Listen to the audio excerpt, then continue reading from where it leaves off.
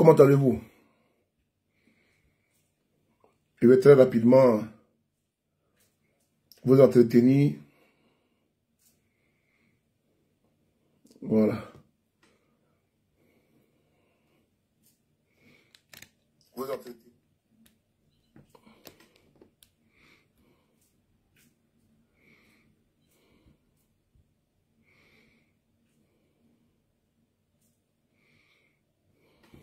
Ok.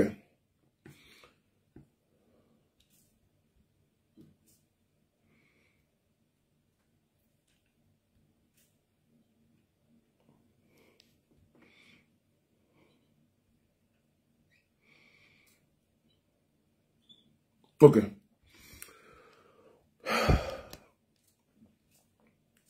Je vais pas faire le coup d'hier, hein, parce que hier, je suis resté avec vous, je me suis perdu là.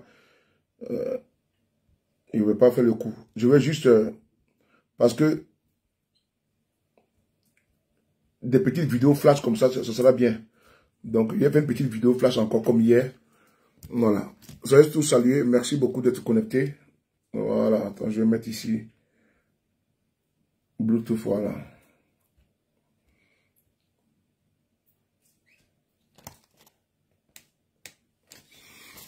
Donc, je serai en direct sur YouTube et TikTok. Donc, c'est bon. On va aller. Merci beaucoup. Merci beaucoup d'être connectés. Merci beaucoup. Voilà. Monsieur Nguessan, je salue vous tous. Innocent Savadogo. On va aller vite parce que je dois aller au centre de rétention pour aller voir mon jeune frère. Parce que hier, vous m'avez pris en otage. Donc, je pense qu'aujourd'hui, vous n'allez pas me faire le coup. Si vous, là, vous commencez à chanter, là, vous allez me voir. Non, non, non, non, non, non. Commence pas. Commence pas. Voilà. Commence pas, je dis. Bertie, comment tu vas? La répétition, elle est pédagogique. Et donc, hier, la semaine passée, j'ai commencé des vidéos. Voilà, j'ai commencé des petites vidéos. Ah, le chapeau, il est beau, hein? Non, il a porté ça tout à l'heure. Parce qu'il fait très beau, là. Donc, on va marier les couleurs. Donc, hier, voilà. Donc, hier, la semaine passée, nous avons commencé à faire des vidéos. Voilà. Et donc, pour vous éclairer sur certains points concernant M. Ouattara. Et donc, sincèrement, j'ai pas excédé 16h30. Parce que le centre de détention, là, pour y rentrer, c'est jusqu'à 17h30. Donc, et puis, je dois m'arrêter pour faire des courses pour lui rapidement. Donc, j'ai des vidéos flash. Et si j'ai le temps tout à l'heure, on va faire encore une autre vidéo. Donc, ceux qui sont sur YouTube et TikTok, là, tapotez et partagez. Ben, je vais pas perdre mon temps à dire partager, tapoter, tout ça, c'est trop long.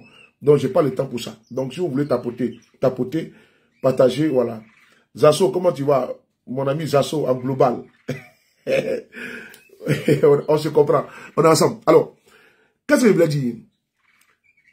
Le RDR a dit qu'ils vont... Non, ça c'est dans la salle à manger ici, là, avec ma cuisine, là, avec les oiseaux, tout ce qui m'emmerde, là. Voilà, donc, t'entends? Depuis là, je suis assis, il ne parlait pas, hein. Dès que je prends parler, il veut participer. Toi, là. Yereba, comment tu vas? Donc, le RDR a commencé un discours défaitiste en vous faisant comprendre que vous ne devez pas sortir pour aller manifester en 2025 pour revendiquer vos droits. Ce que je peux vous dire, ceux qui me regardent sur TikTok, YouTube et Facebook, ce que je peux vous dire, que le RDR n'a pas de leçon à vous donner en la matière. Parce que celui qui soutiennent là, qui s'appelle Ouattara là, en 2020, en 2000, la candidature d'Alassane Ouattara a été rejetée en Côte d'Ivoire. Et ça, quand sa candidature a été rejetée là, Ouattara là, les militants du RDR sont sortis pour aller réclamer le pouvoir. Ils ont voulu faire coup d'État en 2000. La Cour suprême, dirigée par Tia Kone, comment tu vas, merci beaucoup de partage. La Cour suprême, dirigée par Tia Kone, à l'époque, dans son arrêt, avait dit, vous connaissez l'arrêt. Je vais venir sur ça un autre jour, mais si vous savez, c'est trop long, c'est 8 minutes, parce que je n'ai pas assez de temps. Et donc, la Cour suprême a dit que Ouattara ne peut pas être candidat, parce que Ouattara est voltaïque. Tout à l'heure, je vais vous montrer la preuve, à travers l'audio, l'enregistrement de l'ex-ministre des Affaires étrangères, Essi Amara. Et nous allons vous lire ça ici tout à l'heure, c'est important, pour venir confirmer avec l'ambassadeur, l'ex-ambassadeur de la Haute-Volta aux États-Unis. C'est important. Les vidéos sont là avec moi. Vous allez tous écouter. C'est important. J'ai planté le décor que le RDR Ouattara était candidat en 2000. Mais sa candidature a été rejetée. On va écouter ça très rapidement pour que vous soyez dans le bain. On ne sort pas pour aller manifester contre quelqu'un. On manifeste pour un droit, pour un dû. Le RDR manifeste en Côte d'Ivoire. Vous avez vu l'individu qu'on appelle Al-Mustafa hier, en train de manifester avec les jeunes du RDR, disant qu'il est en train de haranguer la foule pour pouvoir dire que les jeunes ne sortent pas. Mais c'est les militants du RDR. Ils ne sortent pas, ça c'est leur problème. Eux n'ont pas de problème. Tant qu'eux, ils peuvent avoir les drogues, ils peuvent avoir les Kadhafi, ils peuvent avoir les Poupounapou. Et nous, on n'a pas les mêmes préoccupations, on n'a pas les mêmes problèmes. Et ils ne vivent pas en société, et ils vivent à côté de la société. Donc, entre ces égarés, entre ces écervelés, entre ces perdus et nous n'avons pas les mêmes situations, on n'a pas les mêmes problèmes. Donc, il parlait haranguer la foule de la galaxie mouton, la galaxie ruminant pour dire ne sortez pas pour venir manifester, ça c'est leur problème. Et ils n'ont pas de problème comme nous.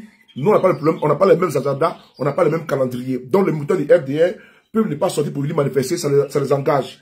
Mais nous, nos partisans, vont sortir pour aller revendiquer leurs droits si Guillaume Soro n'est pas dans la liste électorale. C'est ça qu'il s'agit.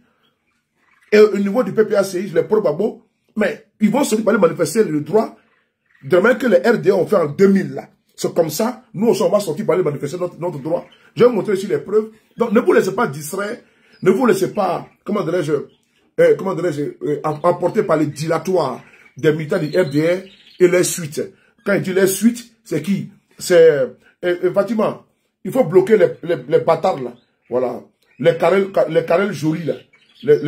Karel Joly, c'est un babouin qui est caché derrière, qui prend un nom de femme. Bon, toi, je vais te bloquer. Attends, je vais faire le tour. Voilà, pour Karel Joly, petit babier là. Donc, faut pas m'emmerder. Hein. Il faut les bloquer, j'ai pas le temps. Il faut les bloquer. Voilà, il faut les bloquer. Voilà, vous êtes ici, les modérateurs là. Votre rôle, c'est de bloquer tous les cafards du RDR. J'ai pas le temps pour eux. Allez au bâtard sauter quoi. Donc, on a un punta. Yo, bâtard, j'ai pas le temps. Voilà. On va venir ici, moi, chauffer ma tête. Actuellement, le soleil, il y a un soleil de plomb dehors. Tu viens, tu as mis une coup, tu bâtard à deux fleurs. Urukaya, Kokarel. Tu es un gros testiculé qui est derrière Avatar, Kokarel. Un vrai idiot. Mais regardez comment tu vas. Donc, on va écouter ici le RDR qui dit qu'il ne faut pas que vous allez sortir pour aller manifester. Il faut épargner votre vie. Mais qui a dit qu'il va donner sa vie pour un leader politique? Non, on donne sa vie pour un idéal. On donne sa vie pour sa cause. On donne sa vie pour son intérêt. Donc, quand tu as intérêt dans quelque chose, c'est ça que tu donnes ta vie. C'est ça qu'il s'agit. Donc, faut pas vous laisser embrigader, embobiner, emberlificoter. Voilà. Faut pas vous laisser emberlificoter. On parle du français parce que nous lisons un peu. Même si on comprend pas beaucoup de français, mais le peu qu'on a là, on parle un peu. Faut pas vous laisser emberlificoter par les sirènes. Si les chaînes de télévision ne sortaient pas, n'allaient pas manifester, on va aller manifester. On va essayer d'écouter si, en 2000, qu'est-ce qui s'est passé avec Alassane Ouattara. On va aller très vite. C'est important. En 2000, on y va. En Côte d'Ivoire, l'annonce hier soir des candidats retenus pour les... Partagez, TikTok, partagez, tapotez. La candidature de l'ancien Premier ministre Ouattara, ainsi que celle de tous les représentants de l'ancien parti au pouvoir. Une annonce qui n'a suscité aucun débordement. Éric Meunier, Roger-Mat. Tapotez, les gars. Abidjan, comme toute la Côte d'Ivoire, vient à peine de s'installer dans sa première nuit de couvre-feu. Qu'à la télévision nationale, le président de la Cour suprême donne lecture de la liste tant attendue, tant redoutée. Comme non conforme à la loi, les déclarations de candidature de Alassane Ouattara, Bombé Émile Constant. L'ancien Premier ministre d'Oufouette-Boigny, Alassane Ouattara. Exit. Le président déchu Henri Konan Bédié. Hormis le socialiste Laurent Gbagbo, tous les principaux adversaires du chef de la junte, le général Gueye, sont éliminés de la course à l'élection présidentielle.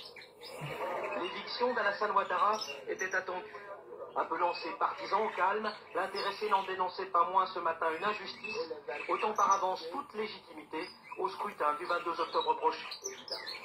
J'espère que la communauté internationale saisira cet élément de trucage et que par conséquent toutes les conclusions pourraient être tirées. Il serait inconcevable que les ressources des contribuables français, européens et autres soient utilisées pour essayer de conforter une mascarade et mettre en place une dictature de manière légale en Côte d'Ivoire. Voilà. La candidature d'Alassane Ouattara a été rejetée en 2000. Vous avez écouté sa réponse, non? Pourquoi il veut nous renier le droit inaliénable de pouvoir revendiquer comme Alassane Ouattara hier? Ouattara, sa candidature a été rejetée. On dit qu'il avait la nationalité voltaïque. Ouattara dit qu'il n'en voulait, qu'il ne veut pas entendre, il n'entend pas raison. Et on a vu ce que Ouattara a fait. Et aujourd'hui, ses partisans disent que nous, on n'a pas revendiqué notre droit. Parce que Guillaume Soro a été injustement, arbitrairement, politiquement éjecté de la liste électorale. Et il nous demande de ne pas revendiquer notre droit. Est-ce que vous pouvez accepter ça? Est-ce qu'on peut dire à les partisans de Gbagbo Laurent de ne pas sortir revendiquer leurs droits, leurs dus? Non, mettez-moi à l'aise. Si on peut demander aux partisans de Gbagbo de ne pas sortir parler revendiquer. Si on peut demander à un partisan de Guillaume Soro, qui sont même frappés par l'onction de la Cour africaine des droits de l'homme et des peuples, qui est dans un arrêt, a demandé leur réintégration dans la liste électorale. Alassane Ouattara, dans sa fuite en avant, a décidé de sortir de la Cour africaine des droits de l'homme et des peuples. Mais on va voir qu'est-ce que les militants du RDA ont fait en 2000. Pour ceux qui ne sont pas ivoiriens, pour ceux qui sont ivoiriens, pour ceux qui n'avaient pas cette information, regardez ce que Alassane Ouattara a fait en 2000 et ses partisans. Regardez ici. Voilà, c'est une véritable situation d'anarchie, je vous le disais il y a un instant, que l'on peut constater dans les rues d'Abidjan et dans plusieurs villes de Côte d'Ivoire depuis hier. On ne sait pas très bien où se trouve le président déchu, le général Gueye.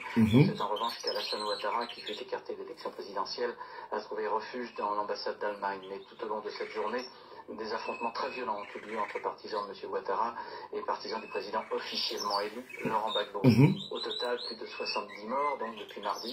Mais ce soir, un calme précaire semble revenu. Commentaire Richard Binet. Abobo en colère. Abobo, un quartier populaire d'Abidjan, peuplé pour l'essentiel de ruraux venus du nord de la Côte d'Ivoire. Ils sont musulmans, ils soutiennent leur leader, Alassane Ouattara, écarté du scrutin présidentiel de dimanche dernier pour cause de non-ivoirité. Un peu plus loin, c'est les deux Logement, un autre quartier musulman. Ces militants barrent la route, intervention des gardes mobiles, tir de grenades lacrymogènes. Les barricades sont complètement déblayées par les partisans de Laurent Gbagbo, transformés en supplétifs de l'armée, cette même armée qui combattait hier. Hier encore, c'était l'affrontement entre le général Gueye et l'opposant historique Laurent Gbagbo. Le dictateur parti, le bras de fer s'est déplacé entre les deux opposants, l'homme du Nord, le musulman Alassane Ouattara, et celui du Sud, Laurent Gbagbo. Vous avez vu? Ces 3 minutes, mais je vais abréger. Alassane Ouattara en 2000, sa candidature a été rejetée. Ses partisans ont dit non. Vous avez vu ce qu'ils ont fait? Gbagbo a été élu en 2000. Ouattara dit qu'il ne reconnaît pas. Le RDA a demandé à l'époque de descendre dans la rue pour aller récupérer le pouvoir qui s'y trouverait. Sa candidature a été rejetée. Il n'a pas candidaté. Il n'était pas dans la course. Et mieux, Gbagbo a demandé au peuple de sortir pour faire barrage à la forfaiture de Gueye. Ouattara dit que les élections là, il faut que ses partisans aillent récupérer le pouvoir qui est dans la rue. Voici les preuves qui sont là. Et c'est eux qui nous disent ici en 2025, soit 25 ans plus tard, un quart de siècle plus tard, et ils pensent que l'histoire est têtue, les faits sont têtus. Donc ils veulent insulter l'histoire en nous demandant de ne pas nous sortir. Mais quand ils sortaient hier, ils revendiquaient quoi? Un droit, non? Non, si on revendique un droit. Hier, j'étais légitime de revendiquer un droit. J'étais légitime de se battre pour un individu. Non, ce n'est pas pour un individu, non, c'est pas pour un idéal. Moi, je me bats pour une vision. Pour une Côte d'Ivoire avec la politique autrement. C'est important. Et donc, quand vous entendez cette litanie fataliste de RDR, vous rabâchez les oreilles de ne pas sortir manifester, il faut leur dire qu'est-ce que vous avez fait en 2000. Il faut les ramener à ma vidéo, qui est sur YouTube, qui est sur TikTok. Il faut les ramener à ma vidéo. Voilà pourquoi vous laissez déconcentrer par ces farfelus, par ces laudateurs, perdus sur les panels. Il y a 25 ans de cela, j'étais là. Et j'étais adulte. Donc je me rappelle comme si c'était hier. Donc ils n'ont pas qualité à nous donner des leçons à nous. Il dit bien, il y a 25 ans de cela, j'étais là. J'étais adulte et j'ai assisté à ça. Donc, je ne peux pas vous dire, oh, aujourd'hui au pouvoir, qu'ils vont nous donner des leçons de ne pas sortir manifester, revendiquer notre droit. C'est ça qu'il s'agit. On va progresser, parce qu'il faut qu'on progresse.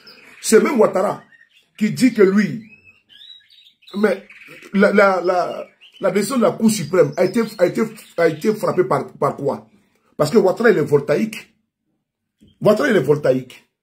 Mais ce n'est pas Thomas Sankara qui va me dire le contraire, paix à son âme. Nous allons demander au président Sankara de venir. On va demander au président Sankara, monsieur le président, monsieur le capitaine, je suis au Gadavou et nous vous appelons de venir témoigner qui est Alassane Ouattara. C'est important. Parce qu'il faut savoir d'où il vient, ce monsieur-là, la trajectoire d'Alassane Ouattara. Mais mieux, au lieu avant d'aller interroger le président Thomas Sankara, on va aller interroger Laurent Dona Fologo. Laurent Dona Fologo, c'est important. Il va vous dire qui est Alassane Ouattara. C'est-à-dire que le RDN n'a pas qualité à vous donner des leçons de politique, de démocratie ou de multipartisme.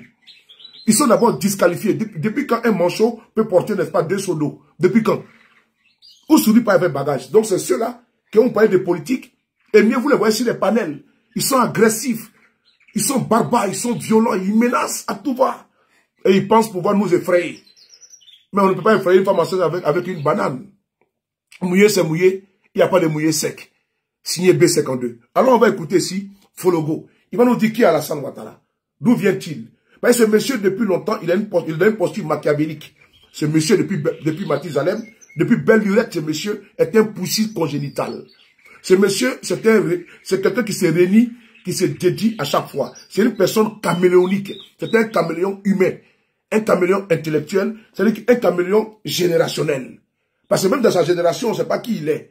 Tantôt il est ivoirien, tantôt il est sénégalais, tantôt il est voltaïque, tantôt il est burkinabé, et tantôt il est ivoirien. Donc on ne sait pas d'où il vient ce monsieur. On va ici écouter Fologo.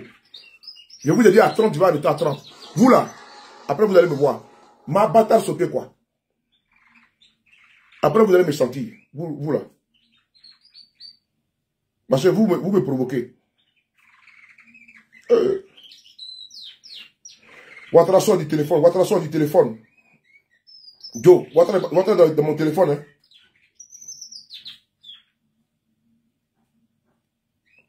Et dans mon téléphone, tiens. Adama. Il est dans mon téléphone, il n'a pas vu de sortir, tiens. Faut chercher Ouattara dans mon téléphone, actuellement, tiens, il n'a pas vu de sortir. Voilà. L'objet de toutes les... Et comment il fallait les gérer avec le vieux parti que nous avions, et qui est le premier parti en Côte d'Ivoire. Ça aussi a... À la mort du président Félix Houphouët-Boigny, le président, là où il a péché, en faisant venir un arriviste en Côte d'Ivoire, un parvenu, un apatride. Ouattara était un apatride. En faisant venir un apatride dans notre pays, et nous l'imposer comme étant un Ivoirien. C'est cet apatride-là qui veut chasser les Ivoiriens, pardon, les autochtones de leur pays. Attends, il y a un cafard qui est ici, là. Il y a un porc qui a oublié les os. Voilà, donc on va les ramener, n'est-ce pas, dans sa porcherie. Donc je vais de l'expédier dans la Méditerranée.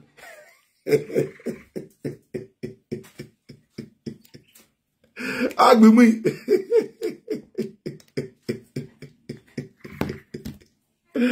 Et donc, voici un apatride, sans village, sans pays, sans identité, sans repère. C'est lui qui a venu dire qu'il va dénier le droit aux Ivoiriens d'être candidats en Côte d'Ivoire. Quel kilo, quel étoupé. Mais il est quand même effronté ce monsieur. Donc c'est lui qui va venir dire aux Ivoiriens qui ne peuvent pas être candidats dans leur pays. Adama. C'est lui qui a dit aux Ivoiriens que Guillaume Soro peut être candidat. Qu'il est guindé, hein. C'est lui qui va dire que Babo peut être candidat en Côte d'Ivoire. Joe, il est gonflé, hein. C'est pas possible. Personne ne peut accepter ça. Personne. Et donc ici, on va écouter Laurent Dona Fologo. Quand le président Houphouët-Boigny, père son âme, est décédé là, qu'est-ce que Ouattara a fait à la mort du président Houphouët-Boigny? On va voir. Pour ceux qui étaient jeunes là, je vous ramène à une histoire qui date de plus de 31 ans. Depuis 32 ans, depuis 93, à la mort d'Houphouët-Boigny. Vous allez voir qui est Alassane Ouattara. C'est important. Il a voulu faire un coup d'état à la mort d'Houphouët-Boigny. Écoutez bien ici, Fologo, paix à son âme. Monsieur le président Fologo, on vous appelle. A eu des conséquences sur la suite des événements. Et je m'en félicite. C'est d'ailleurs ce voyage à l'intérieur qui a fait que l'année suivante, en 1991, le président Houphouët-Boigny a organisé ici un congrès extraordinaire et m'a nommé secrétaire, m'a fait nommer secrétaire général de son parti. Voilà. Donc, je suis la trajectoire et nous arrivons en 93, comme vous l'avez dit. Le même M. Ouattara, qui était Premier ministre à cette époque, ne voulait absolument pas entendre parler de la succession de M. Bédié, la succession constitutionnelle, c'est-à-dire une succession sans élection. Exactement. La Constitution disait qu'en cas de décès du président de la République, c'est le président de l'Assemblée nationale qui devient président de la République. C'était clair, c'était voté à l'unanimité, c'était adopté, c'était constitutionnel. On appelait ça l'article 11 à l'époque. Eh bien, à la mort du président Houphouët-Boigny, le même Ouattara, qui était Premier ministre de M. Houphouët-Boigny, en relation, en complicité avec un de nos aînés, père à son âme, qui s'appelait le président Philippe Yassé, ancien président de l'Assemblée nationale, ensemble, on voulait empêcher l'application de la Constitution. C'est comme aujourd'hui, le Conseil constitutionnel. Eh bien, là aussi, je me suis opposé. Et puisque j'étais secrétaire général du PDCI, nous avons réussi, avec les membres du bureau politique et tous les militants, à dire c'est l'application de la Constitution ou rien. D'accord. Et nous avons réussi à imposer, à faire appliquer la Constitution et nous avons fait une transition pacifique et sans effusion de sang. D'accord. Monsieur le Président, je reviens sur votre visite de 75 en Afrique du Sud. À la mort du président Houphouët-Boigny, Alassane Ouattara est parti voir Fologo pour lui dire qu'il ne faut pas que la Constitution soit respectée. Maman Nicolo, comment tu vas? Qu'il ne faut pas que la Constitution soit respectée. Je regarde sur YouTube ici, il y a YouTube et Facebook ici. Hier, je vous ai regardé vous ici, donc aujourd'hui, là, permettez-moi de regarder ici sur YouTube. Il dit qu'il ne faudrait pas que la Constitution soit respectée. Il a voulu faire un coup d'État avec Yassé. Ça a été dit. La vidéo est sur YouTube. Vous tapez Fologo. Vous tapez Fologo. Partagez et tapotez. Tapotez, les gars. Et vous tapez Fologo, Alassane Ouattara, la vidéo va sortir. Ce sont les faits. Ce sont les faits. C'est-à-dire que c'est un monsieur qui est habité par la déstabilisation. Ouattara, c'est un gars qui est habité par la... C'est un déstabilisateur congénital, c'est un déstabilisateur éternel devant l'éternel. C'est quelqu'un qui pense tout en coup d'État. Ouattara. Et donc, voici ce que Fologo a dit. Houphouët-Boigny même qui a envoyé ce gars en Côte d'Ivoire là. Voici, Houphouët-Boigny est décédé. Ouattara avait fait coup d'État sur le corps de Houphouët-Boigny. C'est ce Ouattara qui est là. Et c'est eux qui veulent nous faire la morale de respect de constitution, alors que lui, à la mort d'Houphouët, Ouattara voulait brigader la constitution de Côte d'Ivoire. Mais d'où vient ce Ouattara là? Nous allons ici appeler le capitaine Thomas Sankara. Il va nous dire d'où vient Ouattara. Parce que il faut que je répète ça chaque fois. Le président Houphouët-Boigny avait pour habitude de donner, n'est-ce pas, des magnétophones, des micros à ses ministres. C'est dans cette optique qu'il avait envoyé, comment dirais-je, l'ancien ministre des Affaires étrangères de Côte d'Ivoire et Essi Amara pour aller voir, comment dirais-je, Thomas Sankara ou au Burkina Faso. Sankara était en colère contre Ouattara. Parce qu'il dit Ouattara c'est un traître. C'est un colon noir. On va ici lire Thomas Sankara. Pour vous dire comment devant ce monsieur, il est mélangé en tout. Il dit que c'est quelqu'un de complètement à part et d'entièrement à part. C'est quelqu'un qui est hors humain, hors norme, hors sol, hors zone, hors contexte. Donc c'est ce monsieur que Sankara va ici va nous qualifier, va nous décrire. On va ici convoquer le président Thomas Isidore Sankara, notre leader. On va ici vous lire rapidement, c'est important. Donc, prêtez bien les oreilles. Voilà. Enlevez les écouteurs. Ceux qui veulent, ceux qui veulent que j'augmente le volume, je n'ai pas de haut-parleur. J'ai qu'une seule voix. Voilà. Et donc, je vous demande, ouais, ceux-là, quand je parle, eux aussi, ils veulent parler. Donc, quand voilà pourquoi ils veulent parler, ils veulent causer. Je ne sais pas qu'est-ce que vous voulez causer avec moi. Donc, il faut augmenter le volume de votre téléphone. C'est important. Sois salué, étoile filante, comment tu vas? Merci. On va écouter, on va lire ici le récit, la transcription audio de la rencontre du président Thomas Sankara et son excellence Amara ici au siège du Conseil de l'Entente à Ouagadougou. En juillet 1983. Juillet 1983. Les jeunes, et je ne suis pas sûr que Étoile Filante, elle était née. Attends, il a calculé. Oui, elle était née, je pense. Mais c'est juillet 1980, 30, ça fait 30 combien? 32 ans. Donc, juillet 1983. Ah non, ça fait 42 ans. 42 ans. Donc, vous voyez, il faut qu'on vous dise, on vous restitue les faits. On dit, un peuple sans histoire est un monde sans âme. Donc, il faut qu'on répète les choses. Il faut qu'on vous dise quel est le parcours chaotique, pour ne pas dire machiavélique, de ce monsieur appelé Dramane Ouattara. Avec les preuves qui sont là. Ce n'est pas le prêchi-prêcha, le verbia creux.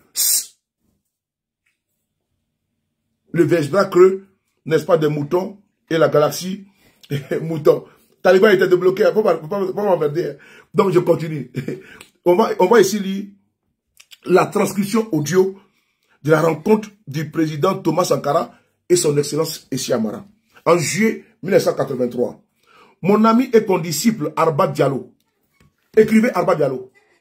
Écrivez Arba Diallo. Si vous oubliez Arba Diallo, tu vois comment tu vas. Big up. Écrivez Arba Diallo. Parce que dans la vidéo que je vais vous montrer tout à l'heure, c'est la vidéo de l'ancien ambassadeur de la Haute-Volta aux États-Unis qui va vous parler d'Alassane Ouattara en vidéo. C'est ici en train de vous montrer les preuves irréfutables. Parce que nous sommes en train de faire un travail scientifique de communication. Écrivez Arba Diallo et vous retenez ça. Merci. Mon ami et condisciple Arba Diallo, ministre des Affaires étrangères du Burkina Faso, était venu me voir à l'hôtel Silmandé de Ouagadougou avec son ami d'enfance, M. Alassane Ouattara, vice-gouverneur, administrateur de la Haute-Volta à la BCAO à Dakar. Alassane Ouattara, me dit-il, est mon ami d'enfance. Nous avons fréquenté de la 6e à la terminale le lycée Kabore Zinda. Et nous avions, après le bac, bénéficié des bourses octroyées par le gouverneur américain au gouvernement voltaïque pour aller poursuivre nos études dans les universités américaines. Des universités américaines. J'ai été son témoin de mariage. Nous sommes des amis de très longue date. Il a un problème avec le président Sankara. Chaque fois que j'aborde ce problème avec lui, il se fâche. Qui se fâche? C'est Sankara qui se fâche. Si bien que je n'ai jamais pu lui expliquer tous les éléments de cette affaire qui affectent énormément mon ami Alassane.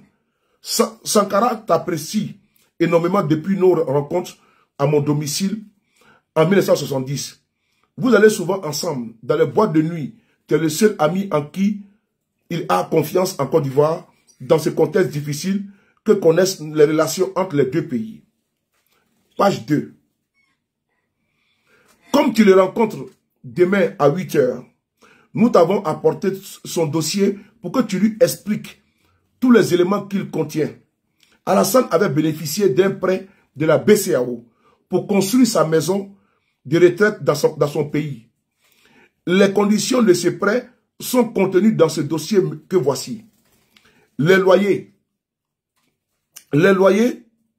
de sa villa louée à une agence des Nations Unies à Ouagadougou lui permettaient de rembourser les prêts octroyés par la BCAO. Donc ce n'est pas de l'argent volé qui a permis de construire sa villa, mais un prêt de notre institution commune, la BCAO. Il est un très haut cadre de cette institution et doit par conséquent y être un modèle, un exemple. Il a bénéficié comme tous les autres cadres de cette institution d'un prêt pour construire les maisons dans leur pays. Demande donc au président Thomas Sankara, au vu des éléments objectifs contenus dans ce dossier, de faire débloquer les fonds des loyers de sa maison afin qu'il puisse honorer ses engagements financiers auprès de la BCAO. Voici l'objet de notre visite. Et nous comptons vraiment sur toi pour nous aider à résoudre ce problème. Je feuilletais rapidement le dossier qui contenait le montant du prêt ainsi que les modalités de remboursement du prêt. Ah, c'est Arba Diallo qui parle. Ce dossier est clair, à mon sens, et j'en parlerai à Sankara après le règlement du contentieux qui a assombri les relations entre nos deux pays, après les échanges assez musclés sur les zones par les responsables de nos deux pays. Après 3 heures d'échange, les choses rentrèrent dans l'ordre et Sankara donna l'ordre de libérer immédiatement 35 douaniers ivoiriens dirigés par M. Paha Poko, douanier à la retraite, anciennement en service à la brigade de recherche et de subdivision des douanes à Bouaké. Téléphone 0449 66 03. Ces douaniers avaient été arrêtés par les gardiens de la révolution à la frontière de nos deux pays. Ils étaient habillés en civil et étaient à la poursuite de contrebandiers voltaïques qui prenaient des marchandises détaxées en Côte d'Ivoire, les déchargeant du train dès l'arrêt à la première station après la frontière pour les recharger sur le même train de provenance de Ouagadougou et revenir les revendre en Côte d'Ivoire au prix fort.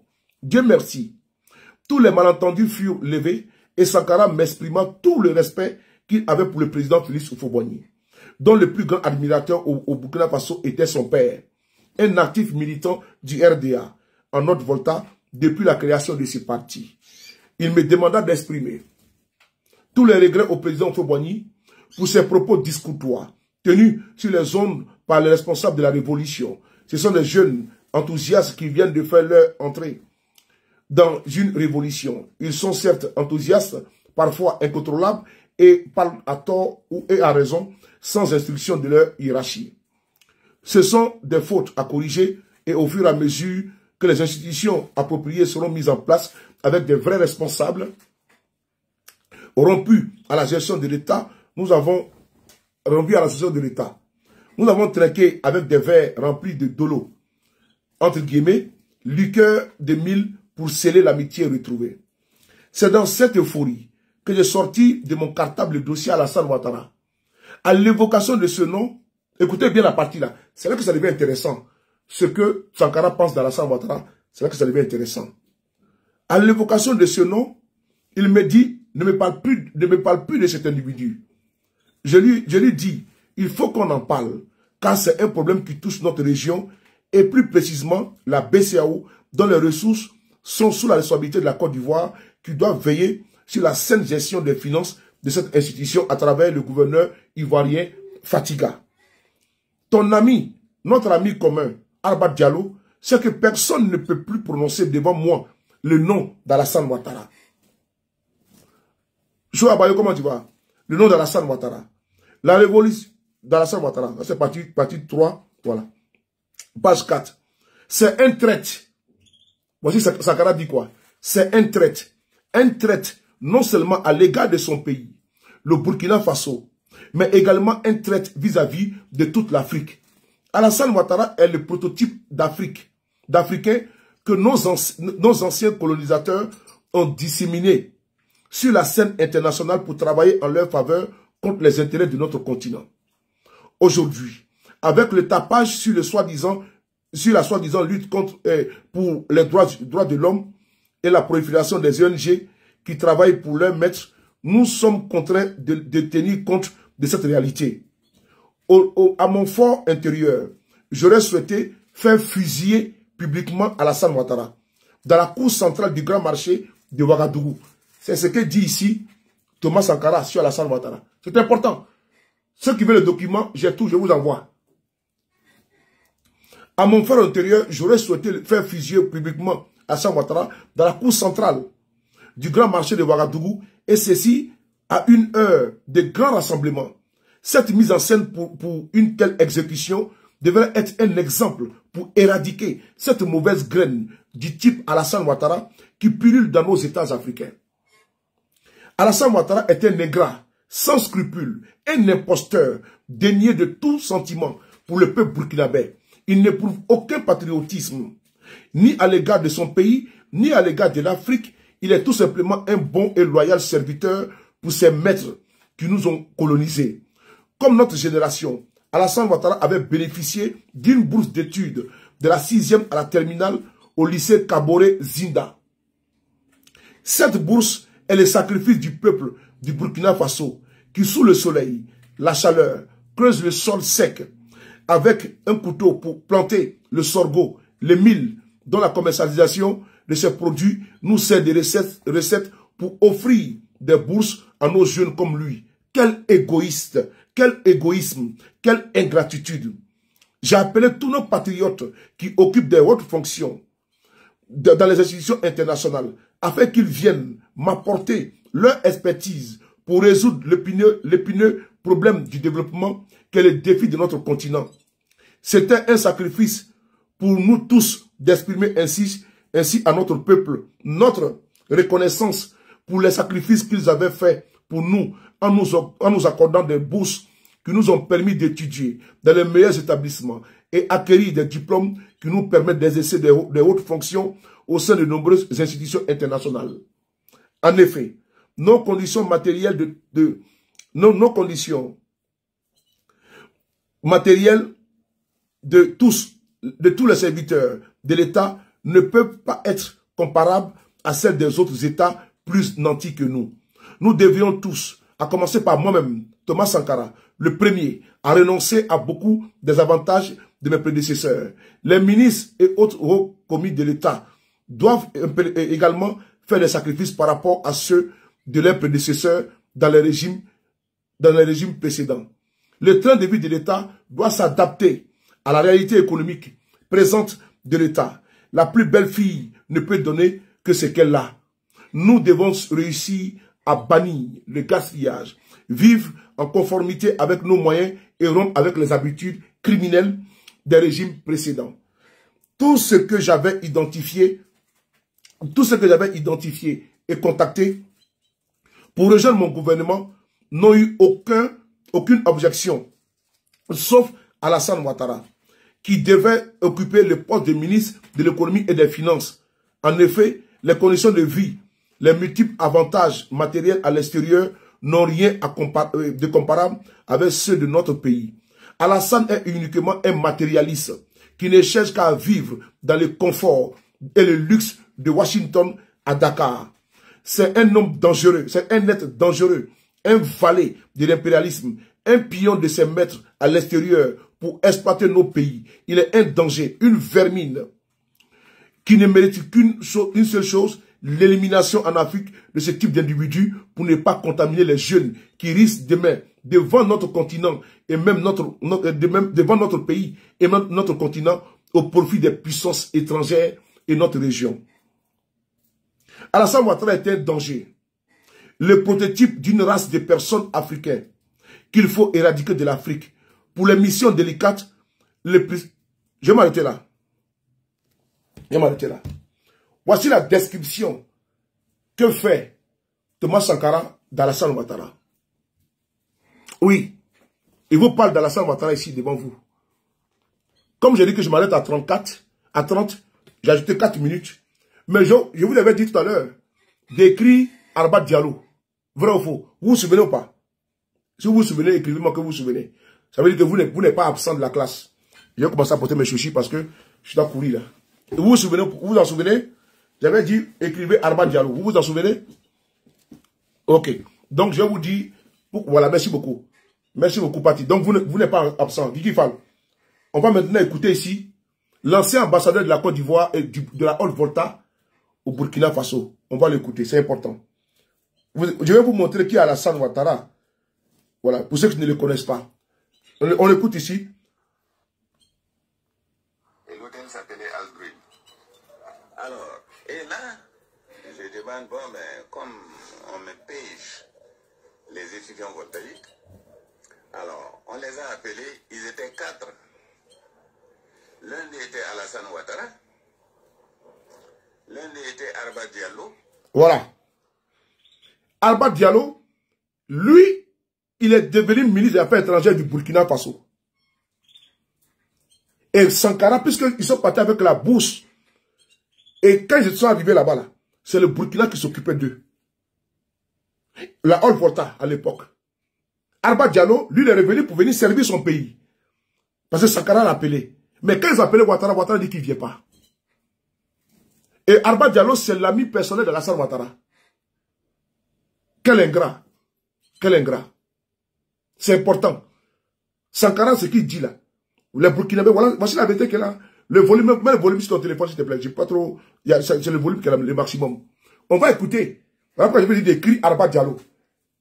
Dans le dit de Sankara, vous avez entendu, non? Donc on va continuer. On va les prendre. Celui-là, c'est l'ancien ambassadeur du Burkina Faso de la Haute-Volta aux États-Unis. C'est lui qui a reçu Ouattara quand il est venu avec la bourse américaine aux États-Unis. C'est important. Oh, oh, oh. Hey. Hey. Hey, hey, hey. J'ai dit, hein? Alors, et là, mon ami. je demande, bon, mais comme on me pêche, les étudiants volent. Et l'hôtel s'appelait Albruy. Alors, et là, je demande, bon, mais comme on me pêche, les étudiants voltaïques, alors, on les a appelés, ils étaient 4. L'un était Alassane Ouattara, l'un était Arba Diallo, les deux autres, je ne me souviens plus d'eux. Alassane Ouattara, la bourse voltaïque. Oui. Alors, c'est comme ça qu'il est venu aux États-Unis avec une bourse voltaïque. Mais dès que Alassane Ouattara est arrivé, dès que je les ai reçus là-bas, il a dit, est-ce que le pays vous a donné quelque chose pour votre voyage? Il dit non. Bon, je leur ai fait donner $400 à chacun, n'est-ce pas, par ma secrétaire. Et puis, comme c'était le début de l'hiver et que j'avais 2 manteaux, j'ai donné un de mes manteaux pour qu'il tire au sort et savoir celui qui le gagnera, le portera. Et depuis, je n'ai plus vu Alassane Ouattara. Il est allé s'inscrire directement au consulat de la Côte d'Ivoire et il n'a plus refoutu pied chez moi. Et je suis parti sans l'avoir revu. Je l'ai revu que bien plus tard, hein, avant qu'il ne soit élu président à Paris. Voilà. Il est aujourd'hui président de la Côte d'Ivoire. Je lui souhaite bien du plaisir. Bien sûr. Voilà. Vous dites qu'il existe un précédent. Vous avez entendu l'histoire de Ouattara? Une petite histoire seulement, hein, puisque je suis pressé, il doit partir. Alassane Ouattara a régné où? La Haute-Volta, le Burkina Faso. Sankara a témoigné. Mais je ne vais pas finir avec le témoignage. Hein. Il y en a beaucoup. Il y en a beaucoup.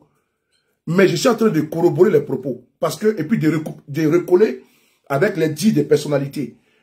La prochaine vidéo que j'ai fait, c'est avec Babou Laurent et d'autres personnalités également, qui vont venir confirmer les dits de Thomas Sankara.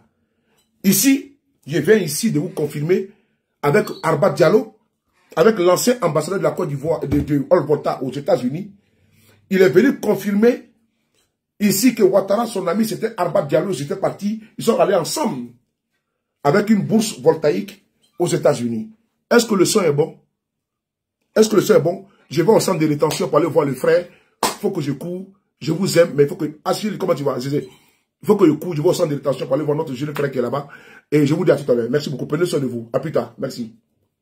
Je vous dis à tout à l'heure. Merci. La première chose, abonnez-vous à cette page. Cliquez sur le bouton s'abonner qui s'affiche juste en bas. Et la deuxième chose, cliquez sur la cloche de notification pour ne rater aucune des vidéos que je publie ici très régulièrement. Retrouvez KDV sur YouTube, Facebook, TikTok.